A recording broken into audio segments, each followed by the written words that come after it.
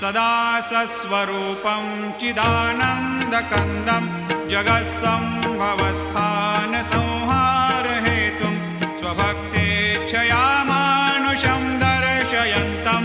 नमामीश्वरं सद्गुरुं साईनाथं भवद्वान्तविद्वांसमार्तण्डमीड्यं मनोवागतीतं मुनिर्ध्यानगम्यं जगद्व्यापकं निर्मलं निर्गुणत्वां नमामीश्वरं सद्गुरुं